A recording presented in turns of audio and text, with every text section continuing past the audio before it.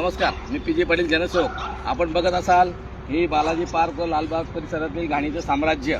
या ठिकाणी प्रत्येक वेळेस कंप्लेंट केल्या, नगरसेवकांना पण तक्रारी दिल्या, पण इथे कुठे उपयोग होत नाही. या परिसराची घाण साफ केली. आता आपण इकडं पण अजून बाकीची घाण बाकी आहे.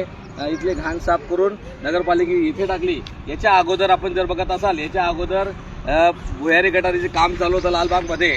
तर तिथलं घाण उचलली, तिथली माती उचलली आणि ती माती उचलून या इथं फेकून दिली. म्हणजे इथं पुढ्या बॅक साईडला फेकलेली माती आहे. आपण बघू शकता त्या भुयार गटारवाल्यांनी लालबाग परिसरामध्ये त्यांनी पुढच्या बाजूला सुद्धा माती फेकून दिली.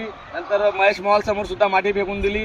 नंतर आम्हाला नाक्यावर कृषी केंद्र आहे त्यांच्यासमोर सुद्धा माती फेकून दिली. म्हणजे 100 कोटी रुपयाचं काम करत आहात आणि फक्त कामापुरता त्यांचं काम झालं बाजूला, ट्रॅव्हलिंग त्यांना खर्च लागू नये म्हणून तिने जिथं जागा दिसते तिने माती फेकून दिली. पण मला असं वाटतं की प्रशासनाचं आणि त्याचं काही संगनमत आहे. त्यांनी माती फेकायची, त्या ठिकाणी नगरपालिकेने थोडी घाण तिथेच टाकायची, या नागरिकांनी घाण टाकायची आणि ती घाण उचलण्यासाठी वेगळा खर्च करायचा. हा असं संगनमत असं मला वाटतंय. कारण की ठिकठिकाणी बघून घ्या, तुम्ही महेश मॉलपाशी बघून घ्या, बालाजी पार्कच्या फ्रंट साईडला बघून घ्या, माती पडलेली. इथं त्यांची माती होती, त्यांच्या मातीमध्ये ही इकडची घाण टाकून दिली. म्हणजे झाली का घाण? म्हणजे पूर्ण घाणीचं साम्राज्य यांनी तयार केलेलं आहे. संगनमताने काम चालू आहे. साधं किरकोळ काम आहे, JCB आहे, ट्रॅक्टर आहे, सर्व आहे. हा परिसर याच्या अगोदर स्वच्छ होतात. या ठिकाणी लग्न लागत होते, सर्व होतं. पण या 5-6 महिन्यामध्ये या प्रशासकाने या पूर्ण घाणीचं साम्राज्य निर्माण केलेलं आहे.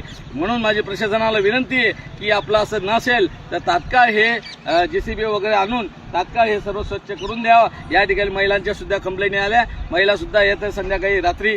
ठीक आहे, आता लाईट लागल्यात, रात्री सर्व फिरायला येतात. काल साप निघाला, सगळ्या महिलांनी कंप्लेंट दिली. म्हणूनच आज आपण हा सोशल मीडियाच्या माध्यमातून आपल्याला ही निदर्शनं आणून देण्याचं काम करत आहे. जय हिंद, जय महाराष्ट्र.